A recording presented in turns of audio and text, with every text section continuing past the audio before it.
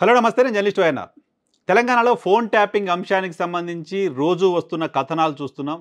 వరుసగా వస్తున్న కథనాలు ఫోన్ ట్యాపింగ్ అంశానికి సంబంధించి చాలా పెద్ద ఎత్తున వేలాది మంది ప్రముఖులకు సంబంధించిన ఫోన్లని గత బీఆర్ఎస్ సర్కార్ ట్యాప్ చేసింది. ట్యాప్ చేయడం మాత్రమే కాదు, ట్యాప్ చేసి విన్న సమాచారం ఆధారంగా కొంతమందిని బ్లాక్మెయిల్ చేసింది. బ్లాక్మెయిల్ చేయడం మాత్రమే కాదు, వాళ్ళ జీవితాలని నాశనం చేసింది. జీవితాలని నాశనం చేయడం అంటే భార్యాభర్తలు విడిపోయే స్థాయిలో అప్పటి బీఆర్ఎస్ సర్కార్లోని ప్రముఖులు కుట్రలు చేశారు. ఇప్పటివరకు ఫోన్ ట్యాపింగ్ అంశానికి సంబంధించి మన తెలంగాణ రాష్ట్రానికి సంబంధించిన పార్టీలతో పాటు కొంతమంది మీడియా రాస్తూ వస్తున్న వార్తలివి.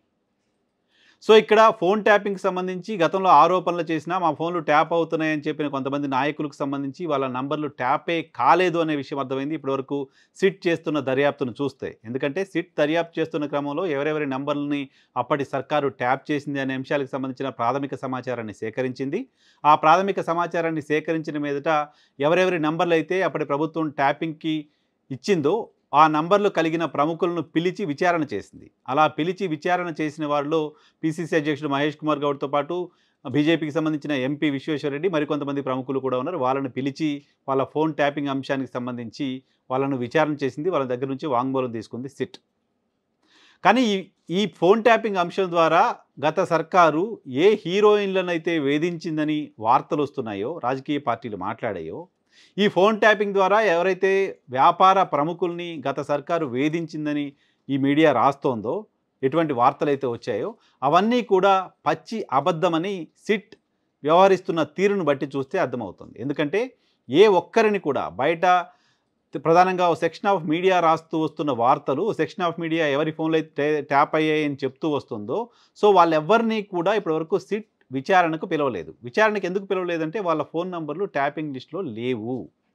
వాళ్ళ ఫోన్ నంబర్లు ట్యాపింగ్ లిస్టులో లేవు కాబట్టి వాళ్ళని సిట్ ఇప్పటివరకు విచారణకు పిలవలేదు. కొంతమంది జర్నలిస్టులు పిలిచింది, ప్రముఖులను పిలిచింది, సర్వేలు చేస్తున్న ఆరా మస్తాన్ లాంటి వాళ్ళని కూడా పిలిచి సిట్ విచారణ చేసింది తప్ప ఏ హీరోయిన్ని కానీ, ఏ బిజినెస్ పర్సన్ని కానీ పిలిచి ఇప్పటివరకు సిట్ విచారణ చేయలేదు. అంటే సిట్ దగ్గర వాళ్ళ నంబర్లను గత ప్రభుత్వం ట్యాప్ చేసిందనే దానికి సంబంధించిన ఆధారాలు లేవు, లేదా ఆ గత ప్రభుత్వం అసలు ట్యాప్ చేసింది అనే దానికి సంబంధించిన వాదనే లేనిదని అర్థం చేసుకోవాలి. ఈరోజు హిందూ దినపత్రిక ఒక ఆర్టికల్ రాసింది. హిందూ దినపత్రికలో వచ్చిన ఆర్టికల్ని నేను వీలుంటే ఇక్కడ చూపిస్తాను స్క్రీన్లో. హిందూ దినపత్రిక ఆర్టికల్ ప్రకారం హిందూ దినపత్రికకు సంబంధించిన ప్రతినిధులు రాష్ట్ర పోలీసు ఉన్నతాధికారులతో మాట్లాడిన దాని ప్రకారం తెలంగాణ రాష్ట్రంలో ఏ సినిమా నటికి సంబంధించిన ఫోన్ ట్యాప్ కాలేదు అనే విషయాన్ని హిందూ పత్రికకు పోలీసు ఉన్నతాధికారులు చెప్పారు. ఉన్నతాధికారులకు సంబంధించిన పేరు కోట్ చేయలేదు ఆ పత్రిక, కానీ ఏ సినిమా సెలబ్రిటీకి సంబంధించిన ఫోన్ని ట్యాప్ చేయలేదు అనే విషయాన్ని ఆ పత్రికకు చెప్పింది.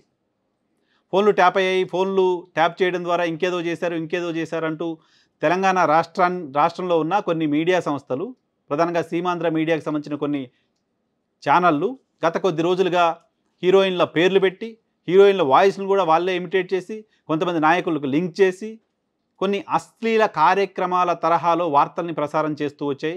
అలా వార్తల్ని ప్రసారం చేస్తూ భౌతిక దాడులకు గురయ్యాయి. సో అటువంటి ఛానళ్ళు చెప్పిందంతా చెత్త, అటువంటి ఛానళ్ళు చెప్పిందంతా బక్వాస్, అటువంటి ఛానళ్ళు చెప్పిందంతా పనికి మాలిన సోది, అటువంటి ఛానళ్ళు చేసిందంతా బురద చల్లటం మాత్రమే అని తెలంగాణ రాష్ట్రానికి సంబంధించిన పోలీసు ఉన్నతాధికారులు చెప్పినట్లుగా అర్థం చేసుకోవాలి. సో నిజంగానే పోలీస్ అధికారులు పేరు ఆ పత్రిక కోట్ చేయకపోయినప్పటికీ అథెంటిక్గా వాళ్ళు ఇచ్చిన సమాచారం మేరకు పత్రిక ఆర్టికల్ రాసింది. ఏ ఒక్కరికి సంబంధించిన మహిళల ఫోన్లు, సినిమా నటులకు సంబంధించిన ఫోన్లు ట్యాప్ కాలేదు అనే విషయాన్ని చెప్పింది. పైగా ఆ పత్రికకు సంబంధించిన ప్రతినిధులు ఇటీవల హీరోయిన్ల ఫోన్లు ట్యాప్ అయ్యాయి అనే అంశానికి సంబంధించి తెలంగాణ రాష్ట్రంలో చాలా పెద్ద చర్చ జరుగుతోంది. మీడియా సంస్థలపైన దాడులు కూడా జరుగుతున్నాయి. అటువంటి సమాచారం మీ దగ్గర ఏమైనా ఉందా, అటువంటి ఏమైనా జరిగాయా అని అడిగిన తర్వాత ఇచ్చిన క్లారిఫికేషన్ అది. సో ఉట్టి బురద చల్లినట్టుగా సిట్టు విచారణ సంస్థలో వీళ్ళ నంబర్లు ఉన్నాయి, వీళ్ళకి చేశారు అని చెప్పడానికి సంబంధించిన అవకాశం లేదు. ఎందుకంటే అవన్నీ కూడా డీటెయిల్స్, దానికి సంబంధించిన ఆధారాలు కోర్టుల్లో ప్రొడ్యూస్ చేయాలి, కోర్టుల్లో నిలబడాలి. బురద చల్లడానికి మాత్రమే ప్రచారం పనికొస్తుంది తప్ప విచారణ సంస్థలు కోర్టుల ముందు తాము సేకరించిన సమాచారాన్ని పెట్టి అది సరైందని ప్రూవ్ చేయడానికి సంబంధించిన సమాచారం కూడా వాళ్ళ దగ్గర ఉండాలి కదా.